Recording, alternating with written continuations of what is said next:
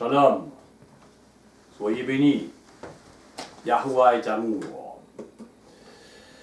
Je disais à mon épouse ce matin comment notre cœur est comme représentatif des émotions.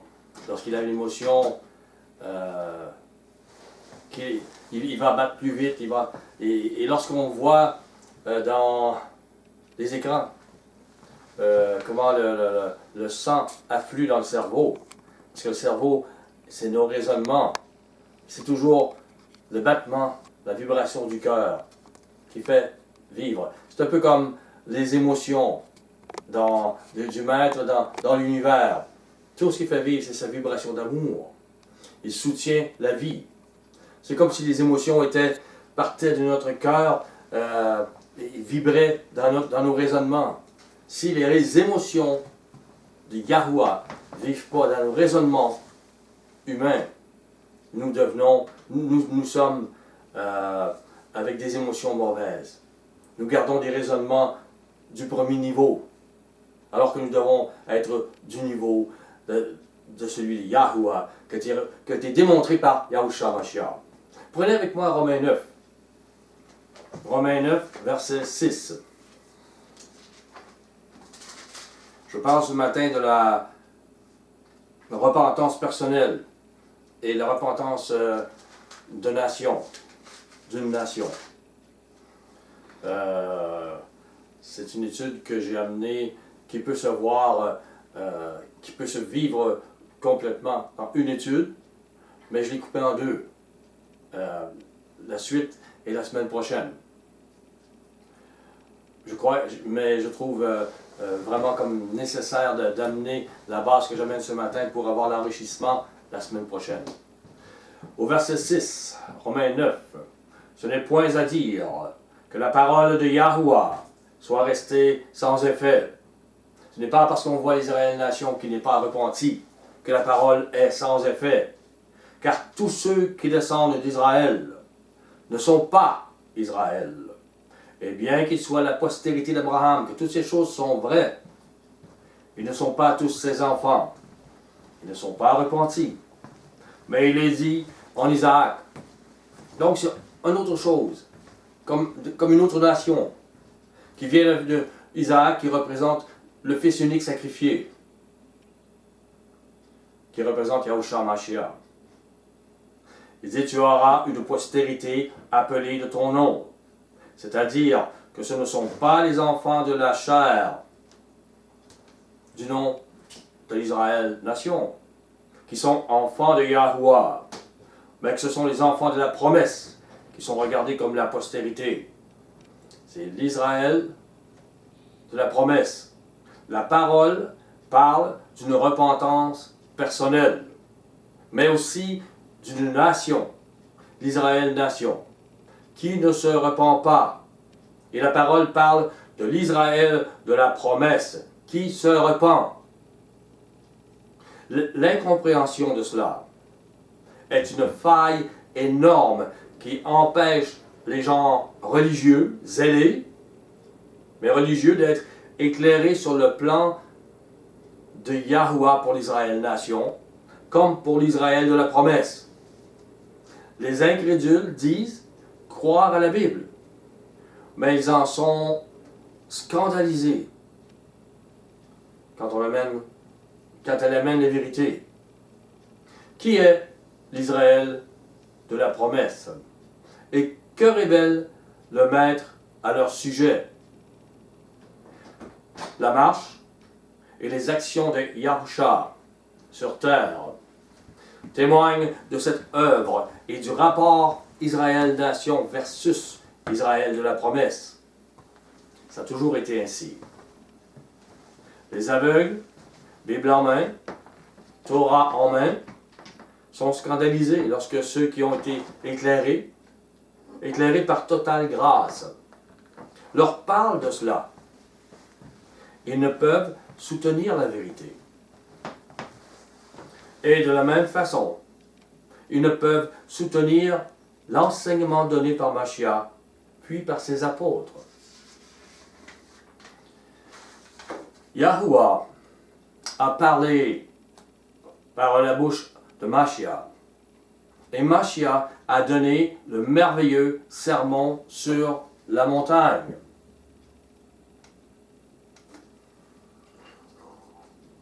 Ceux qui sont appelés ne peuvent pas être autre chose que bousculés par ce sermon, par ces paroles qui proviennent des cieux. Ce sermon est contraire au raisonnement humain. Et ceux-ci peuvent s'accorder avec la justice œil pour œil, dent pour dent donnée à Moïse, ou la loi du talion des païens, qui est la même chose, mais pas à présenter l'autre jour, aimer son ennemi, lui faire du bien. Cette repentance est pour chacun de nous, cependant. Et cette repentance qui exige miséricorde et qui porte miséricorde pour ceux qui font miséricorde. C'est cette grâce, cette miséricorde qui nous offre miséricorde, grâce, qui est l'enseignement du royaume des cieux. La bonne nouvelle qui nous dit, par ce chemin, vous entrerez dans le royaume que Yahuwah instaurera sur terre par son fils Yahusha. C'est cependant une dualité. Et j'expliquerai plus tard cette dualité. Prenez avec moi Apocalypse 5. Des versets que vous connaissez sûrement, qui doivent rester vivants dans votre esprit, afin que lorsque vous lisez les autres passages, vous compreniez ce qui est, de quoi il en est. Au Apocalypse 5, verset 9. Et il chantait un cantique nouveau, en disant, tu es digne de prendre le livre et d'en ouvrir les sceaux, car tu as été immolé et tu as racheté pour Yahuwah par ton sang des hommes de toute tribu, de toute langue, de tout peuple et de toute nation, qui font partie d'Israël de la promesse. Tu as fait d'eux un royaume et des sacrificateurs pour notre Elohim. Ils régneront sur la terre. Voilà ce qui s'en vient sur cette terre. Avec Yahushua Mashiach, ils vont régner. C'est l'Israël de la promesse. C'est un reste parmi toutes les nations. Jean 5. Jean 5. Verset 46.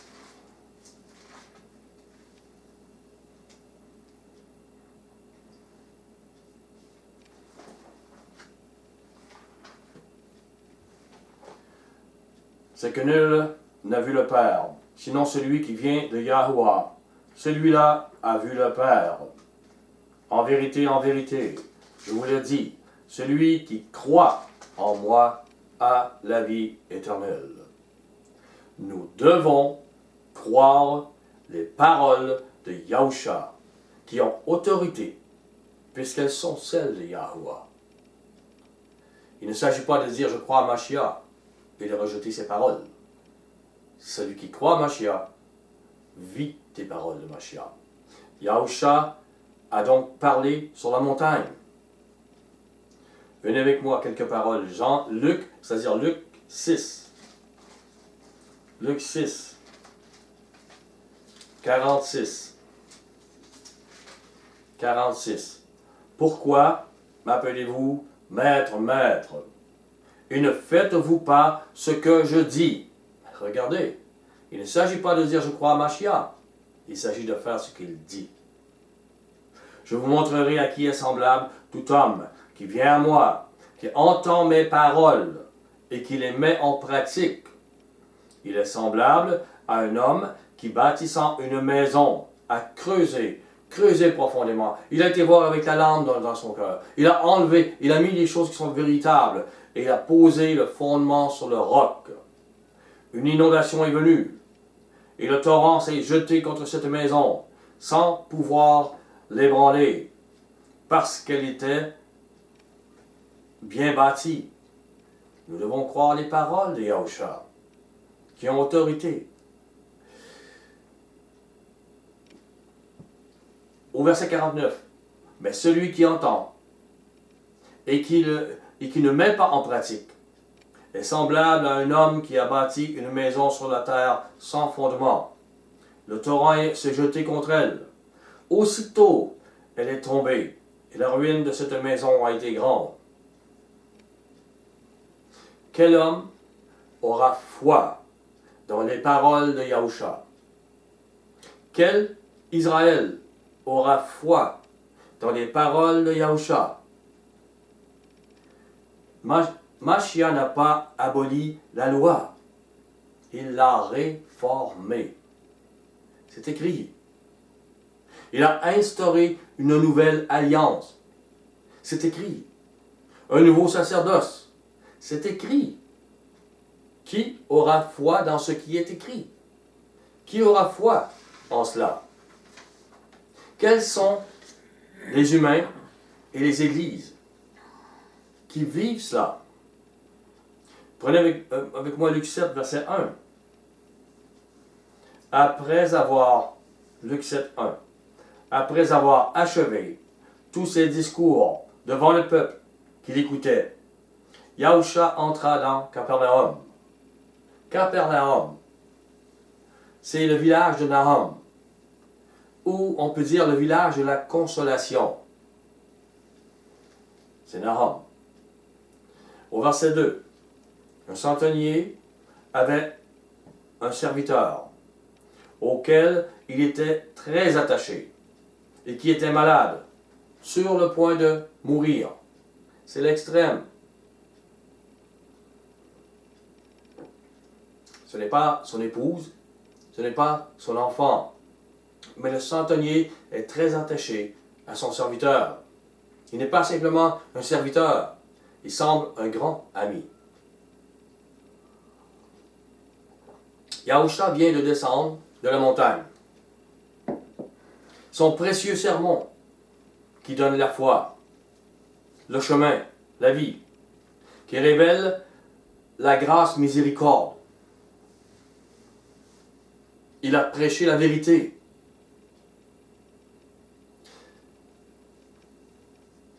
Et ça n'a pas été donné à des païens sur la montagne, mais à des Juifs. Mais un soldat romain, centenier, a entendu parler du Maître, et par compassion pour son serviteur, il lui envoie des Juifs pour convaincre le Maître, d'avoir pitié de son serviteur et de le guérir. Yahuwah donne une conviction et une foi peu commune à ce soldat romain. Car cet officier pourrait traiter Mashiach comme un juif esclave. Viens ici, je te l'ordonne. Et tout le monde le sait, Mashiach aussi. Au verset 3, 7, 3. Ayant entendu parler de Yahusha, il lui envoya quelques anciens des Juifs pour le prier de venir guérir son serviteur. Il n'envoie pas des Romains.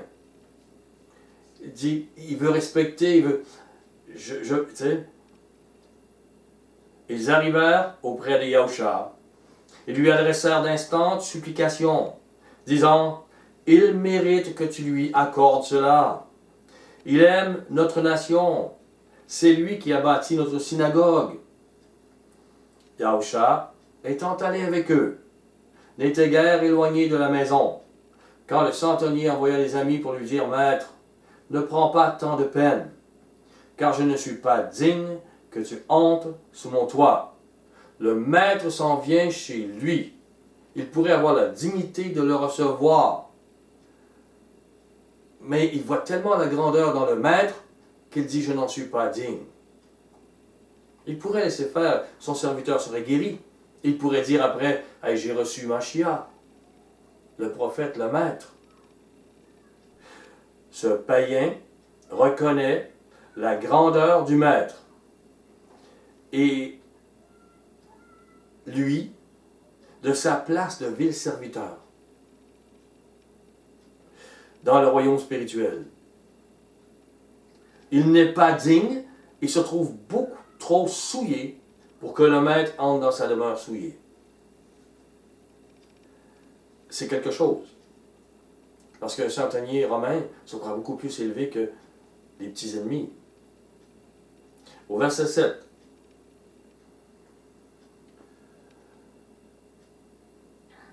C'est aussi pour cela que je ne me suis pas cru digne d'aller en personne vers toi. Mais dis un mot, et mon serviteur sera guéri. Et là, il explique, afin qu'il n'y ait pas de quiproquo. Je fais cela pas parce que je te respecte pas, je fais cela parce que je te respecte trop. Il dit, car moi qui suis soumis à des supérieurs, j'ai des soldats sous mes ordres. Je dis à l'un, va, et il va, à l'autre, viens, et il vient, et à mon serviteur, fais cela, et il le fait. Le centenier, habitué à donner et à recevoir des ordres, veut bien faire connaître qu'il n'oserait jamais donner un ordre à Yahusha. Il demande pitié pour son serviteur. Il voit la dignité du maître. C'est important. C'est primordial. Croyez-vous à Mashiach? Au verset 9. Et lorsque Yahusha entendit ces paroles, il admira le centenier, et se tournant vers la foule qui le suivait, il dit, et là c'est comme une insulte pour la foule juive. Je vous le dis, même en Israël, je n'ai pas trouvé une aussi grande foi. De retour à la maison, les gens envoyés par le centenier trouvèrent guéri le serviteur qui avait été malade. Le centenier d'une nation ennemie, païenne, n'a pas entendu la merveilleuse parole de Mashiach sur la montagne. Mais sa foi dépasse celle qui l'ont entendue.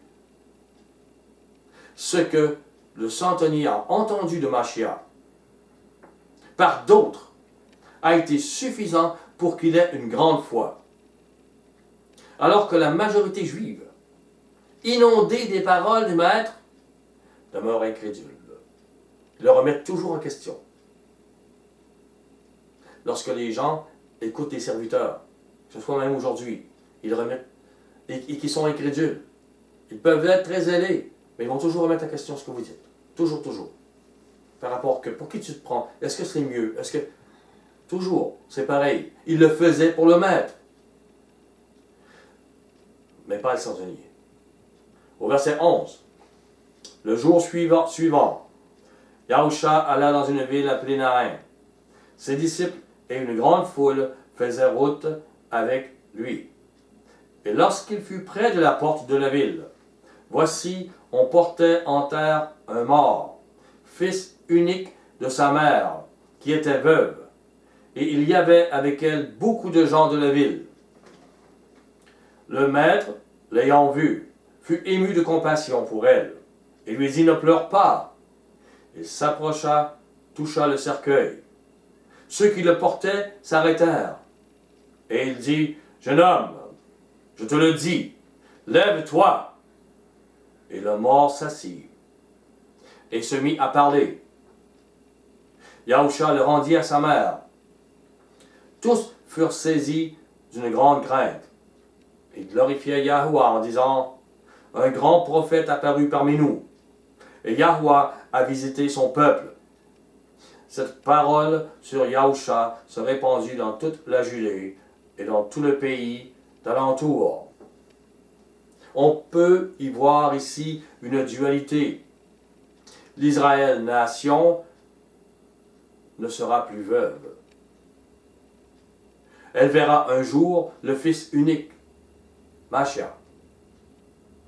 Regardez un marque-page à Luc et venez avec moi à Zacharie, l'avant-dernier livre de l'Ancien Testament. Zacharie. Zacharie 12, verset 10. Alors, je répandrai sur la maison de David, Israël nation, et sur les habitants de Jérusalem, un esprit de grâce et de supplication. Ils tourneront les regards vers moi, celui qu'ils ont percé. Ils pleureront sur lui comme on pleure sur un fils unique. Ils pleureront amèrement sur lui comme on pleure sur un premier-né. Amèrement parce qu'ils ne l'ont pas reconnu la première fois. Ils l'ont percé. Ils vont le voir. Regardez dans Ézéchiel. Ézéchiel 37. Après Jérémie, Lamentation, avant Daniel, Ézéchiel 37. Verset 11. Il me dit, fils de l'homme, ces eaux, ce sont des eaux. C'est toute la maison d'Israël. Voici, ils disent, nos eaux sont desséchées, notre espérance est détruite, nous sommes perdus. C'est une métaphore, un peu comme le sang d'Abel qui crie. Il n'est plus là, le sang, mais devant Yahuwah. Et prophétise donc, et dis-leur, ainsi parle Adonai Yahuwah, voici, j'ouvrirai vos sépulcres, et je vous ferai sortir de vos sépulcres, ô mon peuple, et je vous ramènerai dans le pays d'Israël. Où? Au ciel? Ah non, au pays d'Israël. Et vous saurez que je suis Yahuwah, lorsque j'ouvrirai vos sépulcres, et que je vous ferai sortir de vos sépulcres, mon peuple. Je mettrai mon esprit en vous, et vous vivrez. Et je vous rétablirai dans votre pays, et vous saurez que moi, Yahuwah, j'ai parlé et agi. Il fera cela. Mais aussi, on peut voir que la veuve était aussi le païen. Comme un païen comme le centenier. Païens qui voient leur vie dans le Fils unique, Yahusha. Prenez avec moi Acte 28.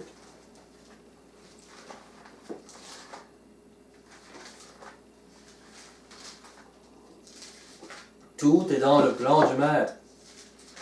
Ne vous révoltez pas contre cette lumière. Plongez dedans. Croyez Mashiach. Croyez cette parole. Au verset 28, verset 26. Va vers ce peuple et dit, vous entendrez de vos oreilles et vous ne comprendrez point. On parle de l'Israël nation. Vous regarderez de vos yeux et vous ne me verrez point. Car le cœur de ce peuple est devenu insensible. Ils ont endurci leurs oreilles, ils ont fermé leurs yeux, de peur qu'ils ne voient de leurs yeux, qu'ils n'entendent de leurs oreilles, qu'ils ne comprennent de leur cœur, qu'ils ne se convertissent et que je ne les guérisse. Sachez donc que ce salut de Yahuwah a été envoyé aux païens et qu'ils l'écouteront. La veuve païenne verra le Fils revenir. Les morts se réveillent spirituellement. Ça arrivera physiquement, mais aussi spirituellement aujourd'hui. Retournons dans Luc. Luc 7, verset 36.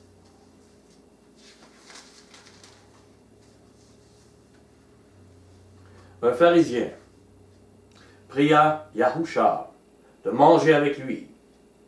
Yahusha entra dans la maison du pharisien et se mit à table.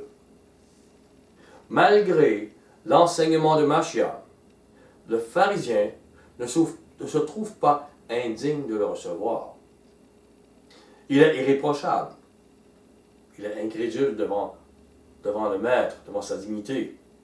Il ne reconnaît ni la grandeur du maître, ni la grandeur de sa pureté, ni ce qu'il est.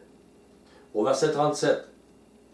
Et voici une femme pécheresse qui se trouvait dans la ville, ayant su qu'il était à table dans la maison du pharisien, apporta un vase d'albâtre plein de parfums. Elle connaissait cette maison. Elle veut savoir qui était dans la maison du pharisien. Malgré cette femme, donc, ne se trouve absolument pas digne de rencontrer le maître. Et sûrement pas la bienvenue chez le pharisien. Mais elle n'arrêtera pas. Sa foi, sa motivation, la conduit directement au pied du maître. Avec le plus riche parfum et ce qui a le plus de valeur, son cœur repentant. Une véritable repentance. On n'y revient pas. Lorsque le publicain Zaché se repent, il dit, j'ai fait du mal, je vais tout réparer. Il change. Les gens peuvent venir à Machia en disant, et il ne change jamais. Non, non, si vous êtes disciple, vous changez. Au verset 38.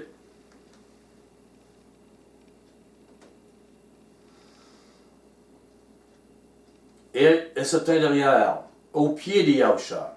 Elle pleurait, et bientôt elle lui mouilla les pieds de ses larmes, puis les essuya avec ses cheveux, les embrassa et les oignit de parfum.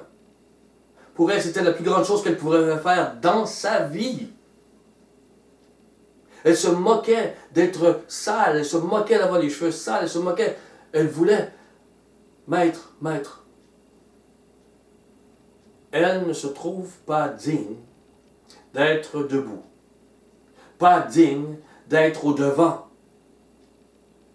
Elle pleure sa vie, sa pauvre vie, pourrie, souillée, honteuse. Je vous demande, je fais une parenthèse, est-ce que vous pleurez votre vie? Est-ce que vous l'avez pleuré quand vous l'avez rencontré, le Maître le pur?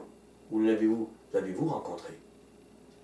Si vous n'avez pas pleuré, si vous ne voyez pas votre vie pourrie, honteuse devant lui, vous ne l'avez pas rencontré. Vous n'avez pas vu cette dignité. Mais elle l'a vue. Et tous la connaissent. Mais pour elle, l'homme pur devant elle, il vient de Yahuwah. Il représente l'amour.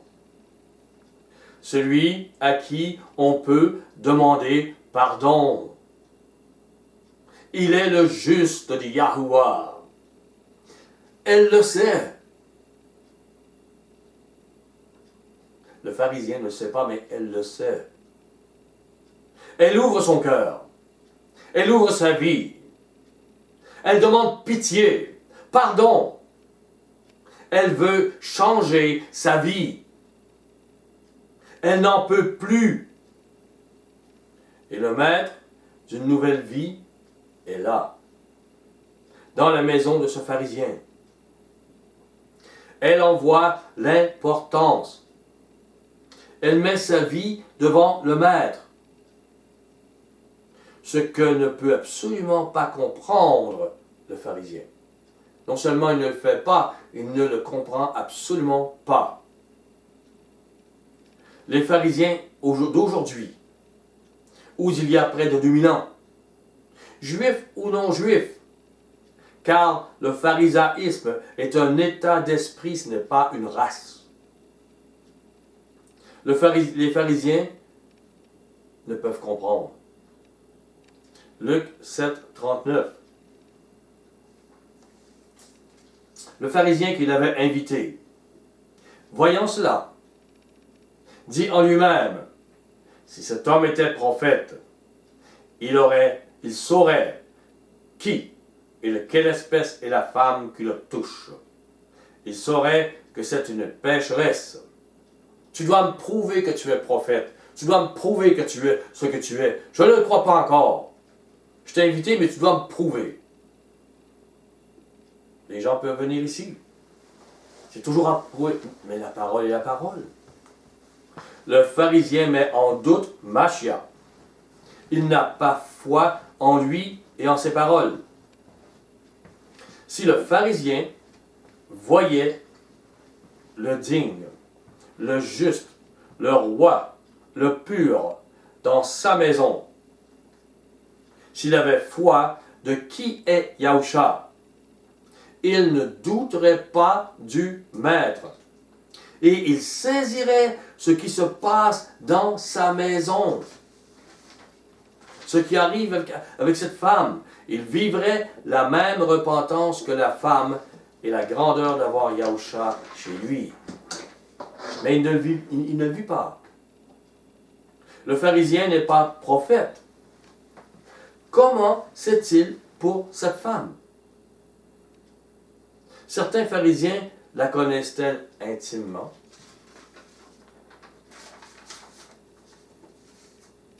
Au verset 40.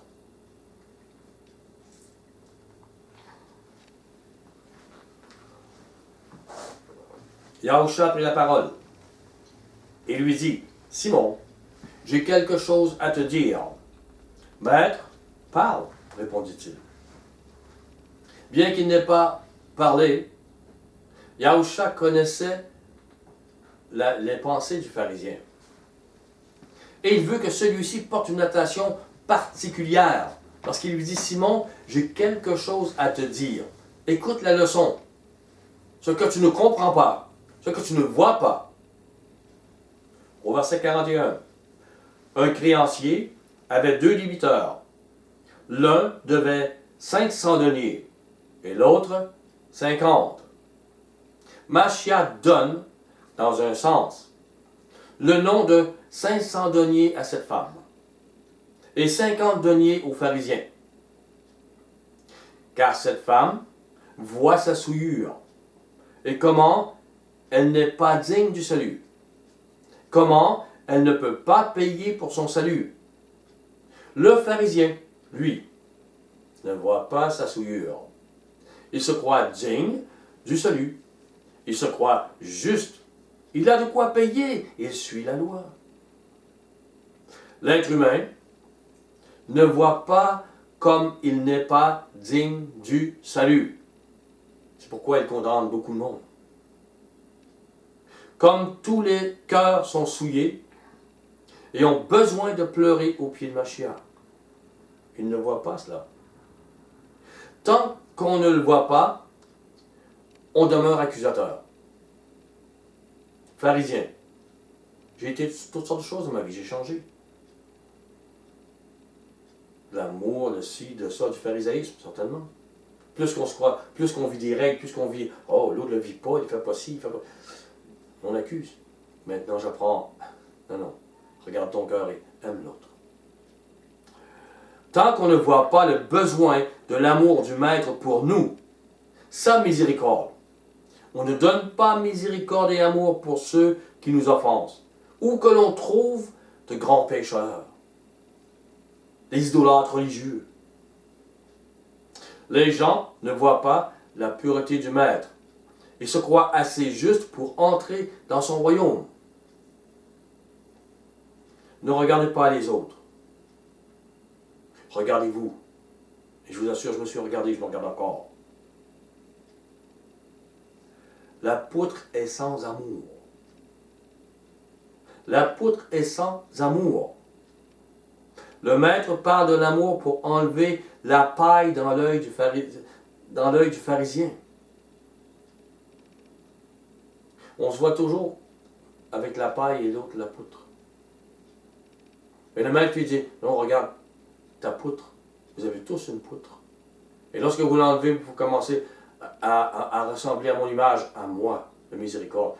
Et cette image, ce pardon, cette vie, va faire enlever la paille dans l'œil de celui que vous croyez qu'il a la poutre. Le Maître continue au verset 42. Comme ils n'avaient pas de quoi payer, il leur remit à tous deux leur dette, lequel l'aimera le plus. Aucun être humain n'a de quoi payer pour son salut. Et les uns jugent les autres. Ils jugent qu'ils sont justes, qu'ils n'ont rien à payer. Et nous avons tous à payer. Regardez avec moi dans Matthieu 7, excusez-moi. Matthieu 7, verset 1.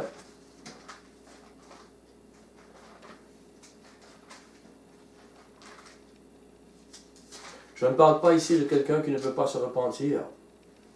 Quelqu'un qui viendra à Mashiach, qui est un peu comme Simon le magicien qui est arrivé et qui a dit, je crois à Mashiach, mais je vais acheter les dons par l'argent.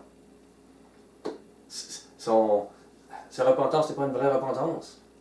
Et Pierre lui a dit, va avec ton mauvais cœur. Ce n'est pas qu'il ne peut pas avoir un discernement. Ici, il dit, ne jugez point afin que vous ne soyez point jugés. Car on vous jugera du jugement dont vous jugez, et l'on vous mesurera avec la mesure dont vous mesurerez. Pierre qui a dit ça à Simon. Ce n'est pas qu'il n'avait pas le droit d'avoir un discernement et d'enlever le péché dans l'Église. C'est qu'avec les autres qui sont réellement même si vous êtes repentant, vous n'êtes pas parfait. Vous devez vous aimer, vous laver, continuer. C'est toujours. Ce n'est pas à l'extrême d'un côté, ce jugement, l'extrême de l'autre. On doit avoir un discernement entre les deux. Et beaucoup d'amour, de compréhension en cela. Donc, on retourne dans Luc. Luc 7, verset 44. Puis, se tournant vers la femme,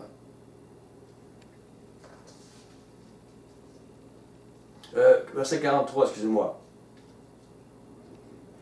43. Simon répondit, celui, je pense, auquel il a le plus remis. Jésus, Yahushua lui dit, tu as bien jugé. Le pharisien comprend le visible, le premier niveau dans la vie. Mais il ne voit pas la corrélation entre lui et la prostituée. Il ne voit pas d'autre niveau. Il ne comprend pas ce que le maître lui enseigne. Il se croit très intelligent, mais il ne voit pas. Au verset 44. Puis se tournant vers la femme, il dit à Simon, vois-tu cette femme? Je suis entré dans ta maison. Et là, le maître met les doigts sur de quoi il parle.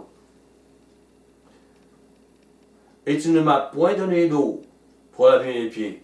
Autrement dit, pour toi, je n'étais pas assez digne pour ça. Je n'étais pas le maître. Mais elle les a mouillés de ses larmes, les a essuyés de ses cheveux. Pour elle, j'étais une dignité extrême, elle aurait tout fait. Comprends-tu, Simon, ce que je suis en train de parler? Cette femme était au niveau de tout être humain devant le maître au sujet de son péché. Mais elle a compris sa place et la dignité du maître. Donc cette femme était au niveau de la véritable repentance. Contrairement aux pharisiens, contrairement à la majorité humaine. Au verset 45. Tu ne m'as point donné de baiser, mais elle, depuis que je suis entré, elle n'a cessé d'embrasser mes pieds. Tu n'as point versé d'huile sur ma tête, mais elle a versé du parfum sur mes pieds. Et ça, le pharisien, au lieu de reconnaître et de voir son manquement à lui et la dignité du maître, il a jugé le maître en disant, c'est pas un vrai prophète. Elle, c'est une pécheresse. Il est totalement à côté d'eux. Et le maître essaie de lui remettre. Comprends. Yahushua a montré aux pharisiens son aveuglement. Combien il ne comprend rien à sa place spirituellement, lui. Et combien il est aveugle devant la dignité de Yahushua, la royauté. Mais la prostituée a compris. Elle s'est repentie et elle a obtenu le salut.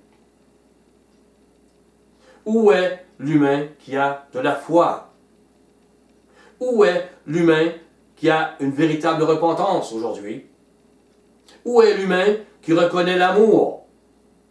Quand vous êtes dans une assemblée évangélique, baptiste, des Jéhovah, où est l'amour? Où est l'humain qui reconnaît sa dignité? Où est l'humain qui reconnaît son manque d'amour et la noblesse du maître de l'amour? Celui qui nous pardonne et nous enseigne. Souvent, lorsque je vais parler de ces choses, ou de la lumière de la parole, à une personne qui se dit chrétienne, qui se dit messianique, si quelque chose ne va pas, la personne ne va pas à Mashiach, ne va pas croire sa dignité et ses paroles, elle va à son pasteur, qui va la rassurer en disant non, c'est pas ça. C'est quoi, c'est pas ça? C'est pas une religion. C'est pas du pharisaïsme. Au verset 42, au verset 47, excusez-moi. 47. C'est pourquoi, je te le dis, ces nombreux péchés ont été pardonnés, car elle a beaucoup aimé. Mais celui à qui on pardonne peu, aime peu. Il avait à comprendre. Il aurait dit se jeter au pied du maître. Puis lui dire, excuse-moi, je ne t'avais pas reconnu. Excuse-moi, je n'ai pas vu ta dignité. Excuse-moi de t'avoir offensé. L'homme religieux ne comprend pas ce que la prostituée a compris. Elle a reconnu la grandeur du pardon qu'elle demandait, tandis que le pharisien se croyait juste. Il croyait faire un honneur à cet homme, Yahusha. Et il ne croyait pas avoir à se repentir. Les paroles du maître n'étaient pas pour lui. Même ce qu'il venait de dire là.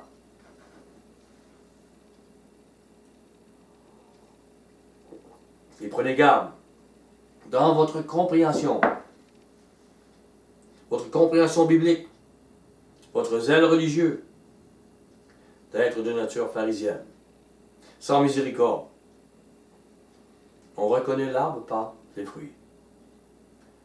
Luc 7, verset 48. Et il dit à la femme, tes péchés sont pardonnés.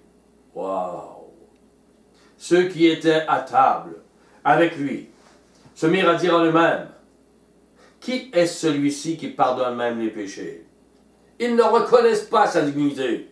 Le maître leur dit, ils vont dire, comment on fait pour faire la volonté de Yahuwah? Ils disent, la volonté de Yahuwah, c'est qu'on croit à moi. Pas seulement au nom de Mashiach, mais on croit à ses paroles. Mais les gens religieux mettent en doute tout ce qu'il dit. Et je vous assure, quand on parle de la Bible ainsi, les gens religieux mettent en doute. Comment Gilles parle ainsi? Comment il peut dire telle chose? Comment je parle de ce qu'est la lumière et la vérité? Si vous croyez Mashiach, vous croyez ce qu'il dit là. Sinon, vous irez voir d'autres qui ne croient pas. Au verset, donc,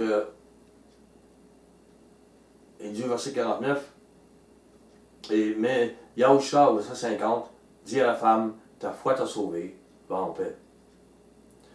Les Juifs ne voyaient pas la dignité du Maître. Le sacerdoce de Mashiach nous appelle à voir la miséricorde. Celui d'Aaron nous appelait à des règles et une condamnation. Celui de Mashiach nous appelle à la miséricorde. Apocalypse 1, verset 17.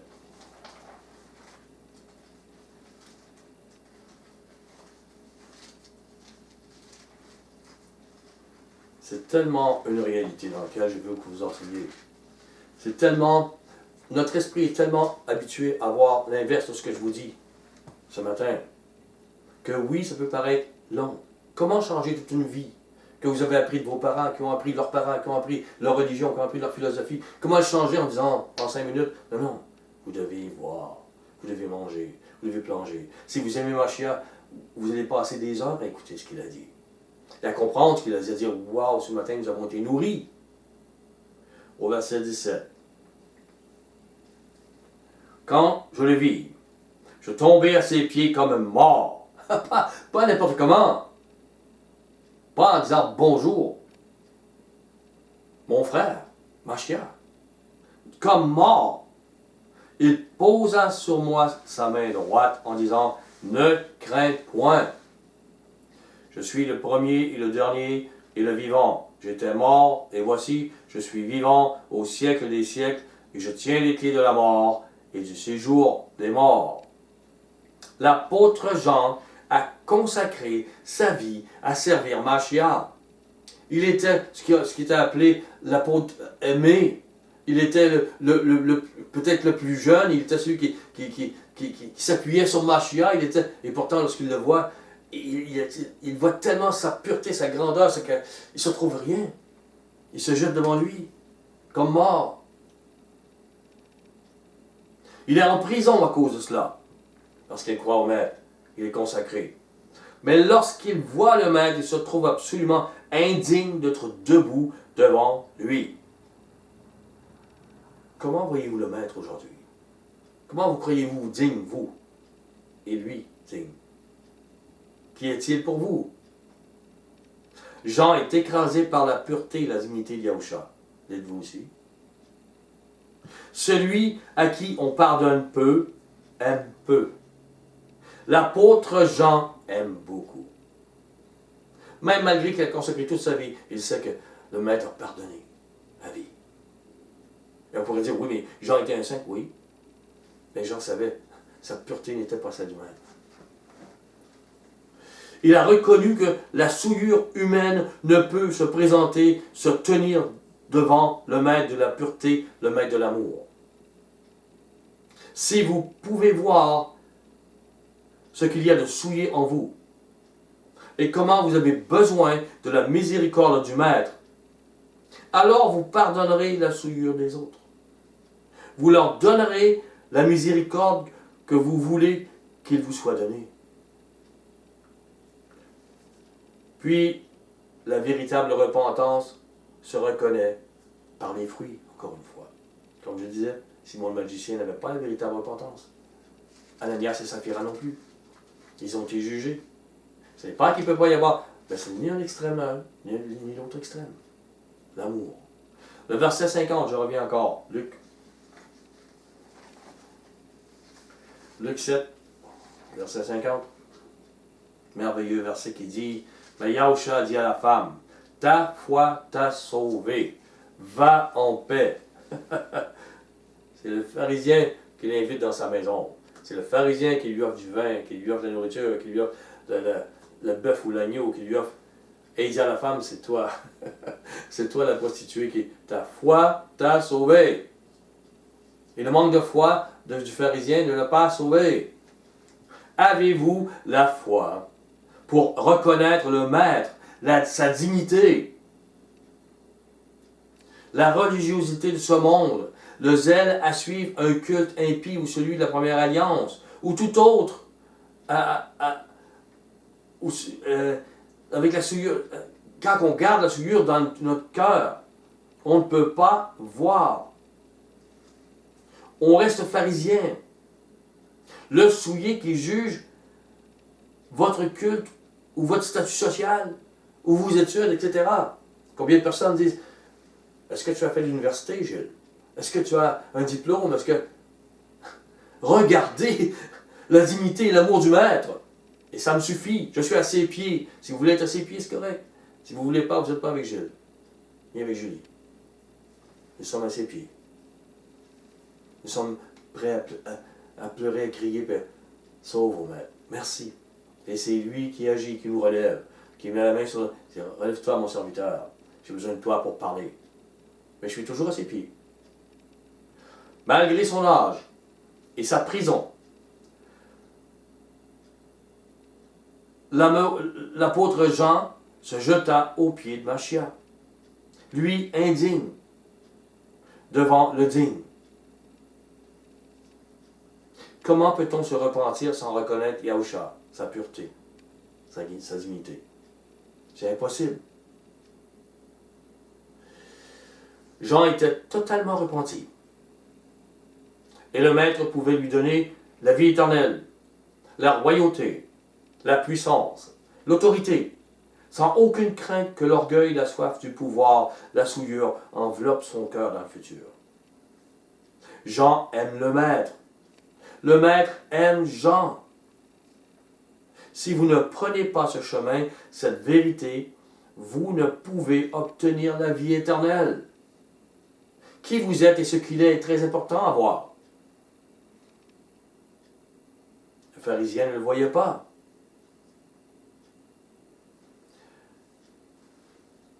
Le pharisien et les autres personnes peuvent voir la souillure de leur cœur comme la loi, l'amour, la logique pour vivre en paix des milliards d'années. Ils disent, moi, mon cœur est correct. Mon cœur est bien. Mais si votre souillure n'a pas été domptée, maîtrisée, méprisée par vous, morte, alors que sera-t-elle dans 1 milliard d'années? Le Maître le sait là. C'est aujourd'hui que ça se passe. Sera-t-elle une montagne de propre justice et de rébellion? Serez-vous à l'image de Mashiach ou des démons? Comment vous pensez qu'a commencé la rébellion? Si votre souillure, dans votre conscience, n'a pas reconnu sa souillure, si elle n'a pas reconnu Yahushua, sa dignité, si elle n'a pas reconnu qu'elle est indigne et que Mashiach est digne, alors, avec la vie éternelle, la royauté, la puissance, elle ne voudra pas non plus être au pied de Mashiach. Pas du tout. Elle voudra que sa pensée, sa logique, domine sur celle de Yahuwah et de Yahusha. Elle finira par penser qu'elle ne leur doit rien et qu'elle doit vivre selon sa propre logique. Comme le pharisien avec Mashiach dans sa maison, il ne lui doit rien. Aujourd'hui, les cœurs souillés veulent des règles religieuses pour se justifier. Ils ne sentent nullement le besoin d'aller plus loin. C'est leur repentance. Elle va suffire pour eux. Le Maître va les accepter comme cela. Ils n'ont pas reconnu la dignité du Maître ni leur totale indignité. Et s'ils entendent cette étude, qui les appelle à cette véritable repentance, être à l'image de Yahusha et de Yahuwah, ils diront, qui es-tu toi, Gilles, pour tout savoir? Ne te prends pas pour quelqu'un qui sait tout. Je suis rien. Je suis au pied du Maître. Et je devine au pied du Maître. Et là, il est celui qui peut dire, ta foi t'a sauvé. C'est ça que je veux qu'il vous arrive. C'est cet amour-là que je veux que vous en... Je veux que vous compreniez votre indignité et sa dignité. Votre manque d'amour et son amour. Je ne suis que l'indigne serviteur qui se jette aux pieds du Maître et qui pleure pour que il me revête de sa dignité, sa pureté, son amour. Sans cesse davantage. Je suis celui qui veut entendre « Ta foi t'a sauvé, va en paix ». Et je vous assure, je veux l'entendre pour chacun de vous. Je vous aime. Et je travaille pour ça, et je prie pour ça. Et je pleure pour ça. Je vous assure. Je vois tellement des religieux partout, zélés, mais qui ne connaissent pas ni leur place ni la place du Maître. Et je suis peiné que le Maître ouvre leur cœur par grâce et que, de nouveau, la véritable évangile, l'enseignement de Mashiach pur, digne, soit annoncé sur cette terre. Philippiens 3, verset 12.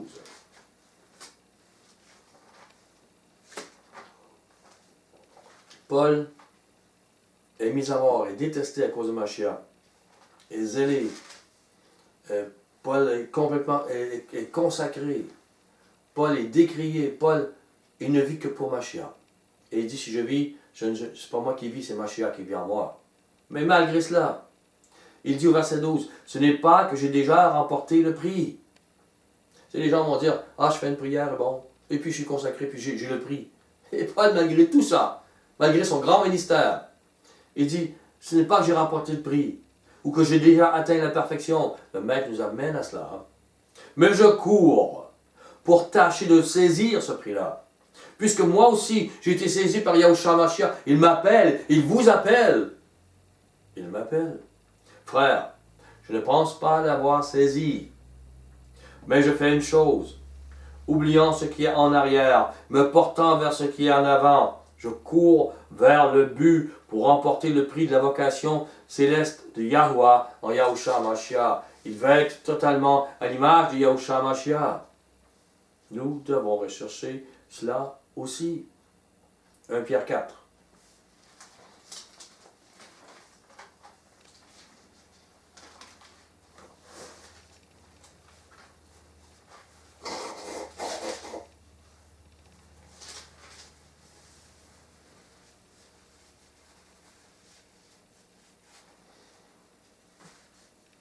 Verset 1, excusez-moi. 1 Pierre 4.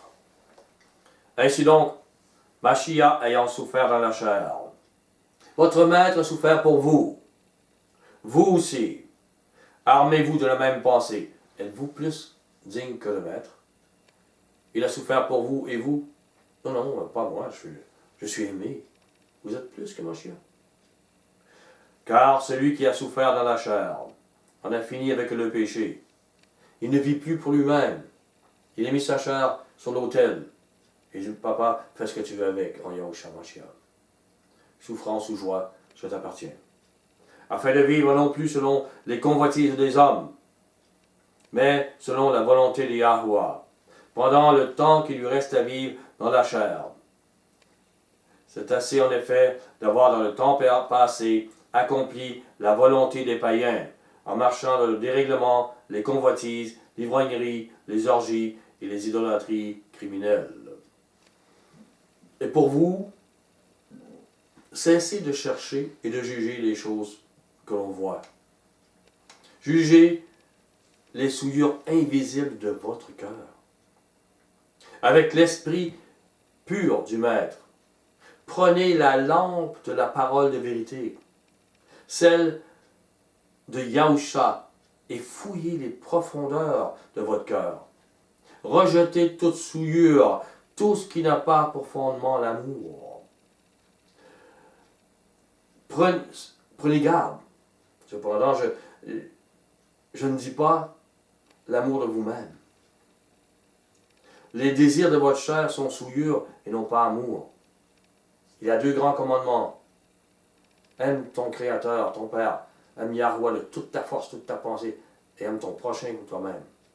Il n'y en a pas un qui dit entre les deux, aime-toi d'abord. Prenez garde. 1 Pierre 4,8. Avant tout, ayez les uns pour les autres un ardent amour, car l'amour couvre une multitude de péchés. Un ardent amour. Au verset 14.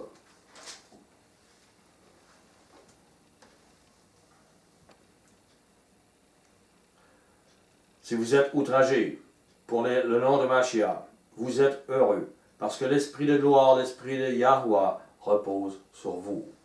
Jean 6, 27.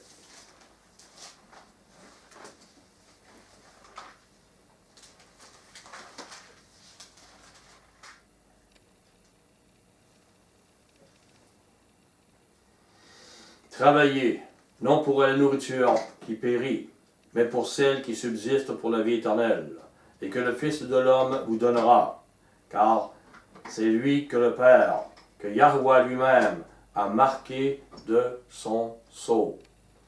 Ils lui dirent, que devons-nous faire pour accomplir les œuvres de Yahuwah?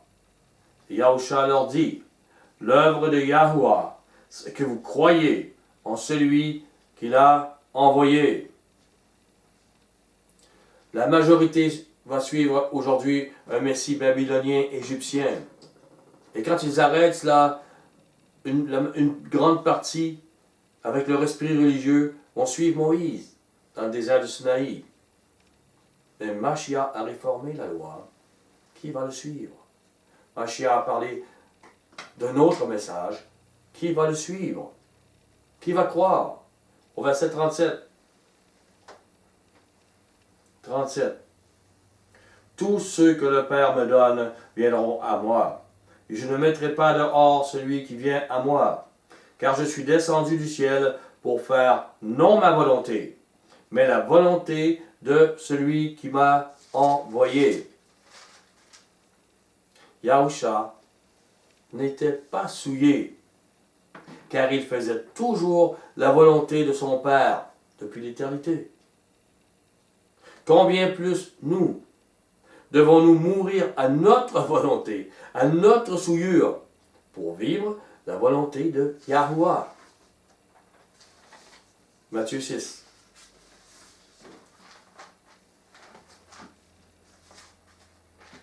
Verset 12. Le centre de votre prière, que doit-elle être? Pardonne-nous nos offenses, comme nous aussi nous pardonnons à ceux qui nous ont offensés. C'est une loi. Au verset 14. Si vous pardonnez aux hommes leurs offenses, votre Père céleste vous pardonnera aussi. Mais si vous ne pardonnez pas aux hommes, votre Père ne vous pardonnera pas non plus vos offenses. Et lorsque vous faites la prière, le verset 12, Est-ce que vous réalisez que vous pardonnez assez pour les autres? Est-ce que vous croyez que vous avez le salut parce que vous pardonnez assez pour les autres? Même vos pires ennemis? Pensez à cela.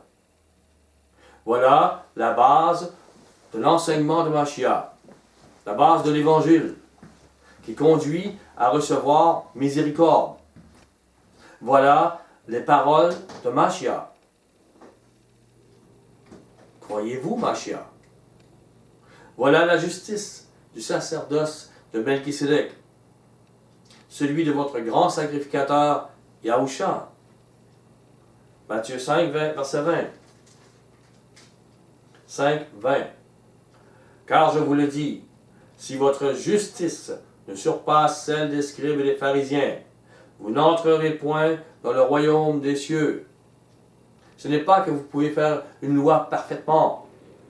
C'est que la justice s'obtient. Vous n'avez pas le droit de mentir, de voler, etc. Je ne dis pas que vous avez... Mais le maître nous apprend, il n'y a plus de condamnation, comme œil pour œil, dent pour dent. Mais il y a pardonne et tu seras pardonné. Voilà la véritable justice. Les scribes et les pharisiens gardaient leur souillure. Ils ne reconnaissaient pas Mashiach, sa dignité. Ils demeuraient avec le sacerdoce de la condamnation, celui d'Aaron. Car quoi que l'on fasse, tous ont péché, tous sont condamnés. Galates 1.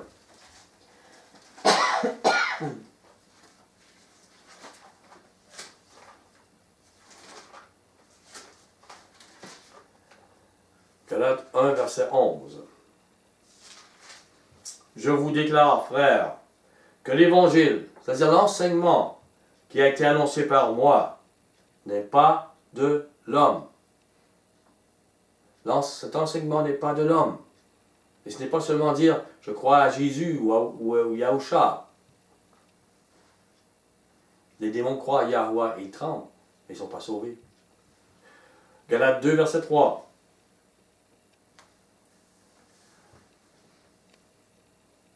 Verset 1, excusez-moi. 14 ans après, je montai de nouveau à Jérusalem avec Barnabas, ayant aussi pris Tite avec moi. Et ce fut d'après une révélation que j'ai monté. Il n'aurait pas monté sans révélation. Je leur ai exposé l'enseignement, l'évangile que je prêche parmi les païens. Voilà ce qu'ils prêchent, l'enseignement qu'ils donnent. Je l'ai exposé en particulier à ceux qui sont les plus considérés, afin de ne pas courir ou avoir couru en vain, pour qu'ils puissent l'enseigner aux autres. L'enseignement de Paul n'est pas de l'homme. L'évangile n'est pas seulement de dire « je crois au Messie ». Au verset 3. Mais Tite qui était avec moi, et qui était grec, qui était dans le ministère, à un haut stade, il ne fut même pas contraint de se faire circoncire. Il n'était pas circoncis. À cause des faux frères qui s'étaient secrètement, furtivement introduits et glissés parmi nous, pour épier la liberté que nous avons en Yahushua Mashiach, avec l'intention de nous asservir. Ils veulent nous ramener à la première alliance et oublier les paroles de Mashiach. Car ils n'y croient pas à cette dignité. Nous ne leur cédâmes pas un instant, et nous leur résistâmes à leurs exigences, afin que la vérité de l'enseignement donné par Mashiach, l'Évangile, soit maintenue parmi vous. Ces faux frères ne croyaient pas aux paroles de Mashiach et à sa dignité. Les faux frères ne reconnaissent pas la dignité du Maître, sa royauté. Ils croient être sauvés par la circoncision de la chair et les exigences de la première alliance, et non la circoncision du cœur. Ils tordent l'Évangile, ils tordent donc les paroles de Paul. L'Évangile, pour eux, c'est la Torah donnée à Moïse. Et ils veulent asservir ceux qui les écoutent. Où est la foi? Où sont ceux qui ont la foi pour reconnaître la dignité de Mashiach et se soumettre à ses paroles? Et les faux frères prenaient le nom de Yahusha, mais ne le croyaient pas digne de porter les paroles de Yahweh ayant autorité sur celle de Moïse. Ils ne lui donnaient pas cette dignité. Mais je vous assure, Moïse se serait jeté aux pieds de Mashiach et il aurait écouté et vécu ce qu'enseignait Mashiach pour la nouvelle alliance. Je vous assure, Il aurait été le premier. Galates 2, verset 16.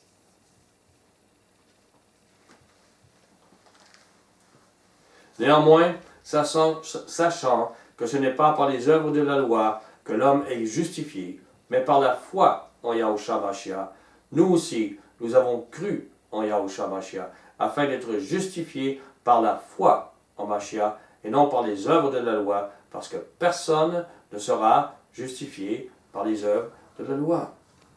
Il y a la loi de la condamnation, on ne peut pas être justifié. Et la loi de... Ça ne veut pas dire qu'il faut vivre l'impiété et la méchanceté, non. Mais c'est cette miséricorde, cette loi de Dieu qui nous amène à... Au verset 20. J'ai été crucifié avec Mashiach. Si je vis, ce n'est plus moi qui vis. C'est Mashiach qui vit en moi. Paul le trouve digne. Il se trouve indigne. Je suis mort avec Mashiach. Et si je vis maintenant dans la chair, je vis dans la foi au Fils de Yahuwah qui m'a aimé et qui s'est livré lui-même pour moi. Croyez-vous qu'il est digne? Croyez-vous qu'il vous a aimé au point de mourir pour vous? Ou vous dites-vous, bon, moi je suis juste, je n'ai pas besoin de ça. Qui est pour vous Mashiach? Je ne rejette pas la grâce de Yahuwah, car si la justice s'obtient par la loi, Mashiach est donc mort en vain. S'il s'obtient par un autre chemin, Mashiach est donc mort en vain. Au verset 23, Galates 3, 23.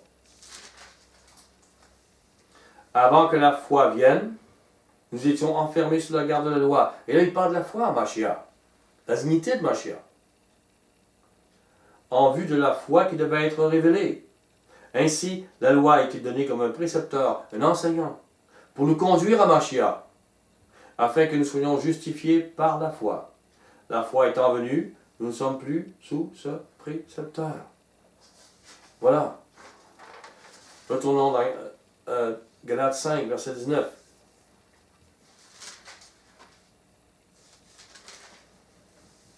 Maintenant, pour les gens qui disent, donc tu dis qu'il n'y a plus de loi, il y a une base.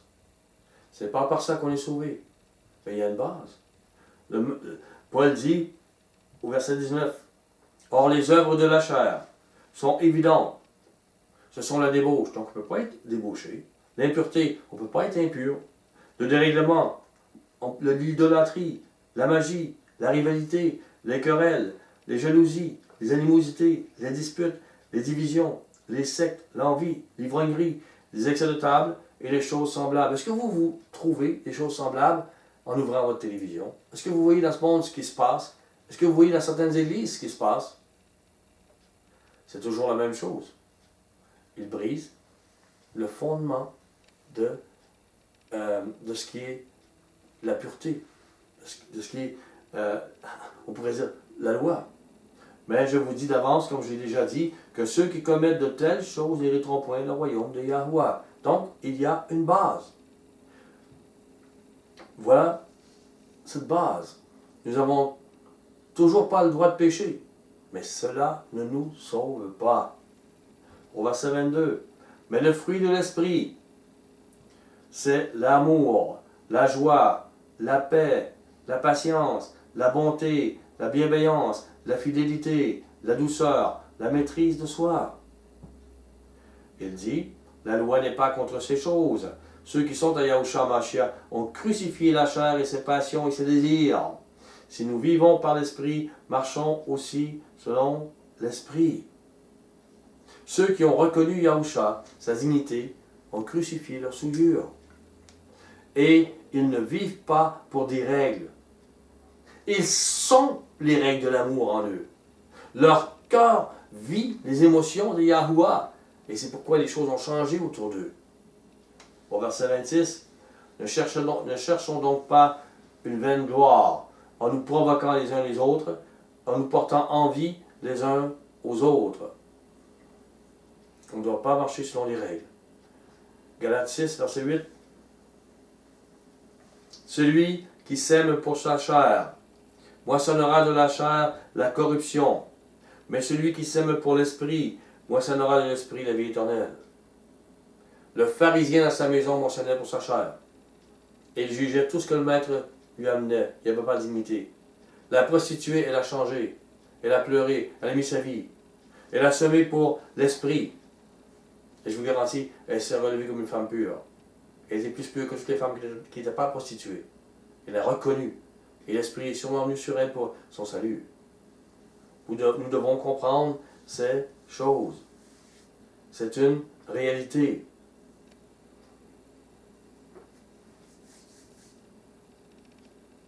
Galates 5:6. Car en Yahushua Mashiach, ni la circoncision ni l'incirconcision n'ont de valeur. Mais seulement la foi, voilà la foi qu'on doit avoir, qui est agissante par l'amour. Comment il agit? Vous devez totalement changer. Et ceux qui savent que le maître, qui savent qu'on a une grande souillure et que le maître va pardonner, comment il est digne et amour, ceux-là aiment. Ceux-là vont vivre cette foi véritable. Galates 6:15. Car ce n'est rien d'être circoncis ou incirconcis. Ce qui est quelque chose, c'est d'être une nouvelle créature. Nous devons être une nouvelle créature. Comprenez pour la foi. Par la foi, David a suivi le sacerdoce œil pour œil, dent pour dent. Ça fut bien par la foi. Par la foi, nous devons suivre le sacerdoce de l'amour enseigné par Yahushua et mourir comme Étienne. Lorsqu'il a été tué, il a dit « Ne leur impute pas ce péché ». Il a fait le contraire de David. Ce n'est pas le même sacerdoce, mais c'est toujours la foi en Yahuwah. Voilà. La nouvelle créature est au pied de Mashiach. Elle reconnaît qu'il est le maître. Et le maître la touche, cette nouvelle créature. Il la purifie. Il l'enveloppe de son amour. L'Israël, nation, ne trouve pas cette repentance. Il ne reconnaît pas Yahushua. L'Israël de la promesse reconnaît la dignité du Maître et se repent pour enlever la souillure de son cœur et se revêtir de son amour et sa miséricorde. L'Israël nation avait besoin de soldats avec des armes de ce monde. Ils se battaient. Mais l'Israël de la promesse a des soldats avec des armes spirituelles. Ils sont remplis d'amour. Luc 8, le dernier verset. Luc 8. Le dernier verset. 8:1. Ensuite, Yahushua allait de village en village, prêchant et annonçant la bonne nouvelle du royaume de Yahuwah. Qu'est-ce que ça veut dire? C'est une nouvelle parole de Yahuwah provenant de son royaume. La bonne nouvelle est un enseignement bon pour les humains. Un enseignement qui provient des cieux. Soyez vivez cette bonne nouvelle. Je vous aime.